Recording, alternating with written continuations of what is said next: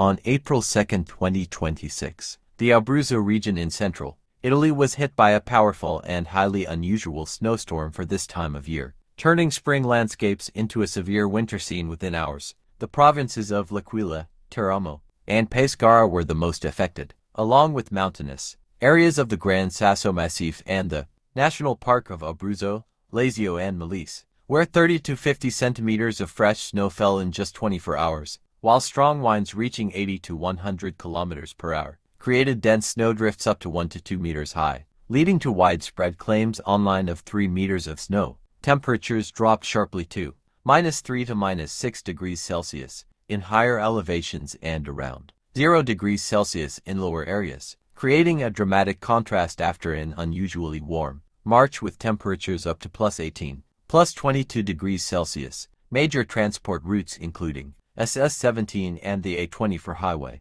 connecting the region to Rome were partially closed, with some sections completely blocked, leaving hundreds of drivers stranded in snow traps. Emergency services and rescue teams carried out dozens of operations to evacuate motorists and assist tourists in mountain hotels and resorts. Power outages were reported in several municipalities, particularly in remote areas near L'Aquila, where heavy snow and strong winds damaged power lines. Schools and public institutions were temporarily closed. Utility services are working around the clock to clear roads and restore infrastructure. The agricultural sector suffered serious damage as blooming orchards, vineyards, and early crops were affected after early spring growth. Farmers report significant losses. Meteorologists explain the event as a collision between cold, Arctic air masses from northeastern Europe and warm, moist currents from the Adriatic Sea,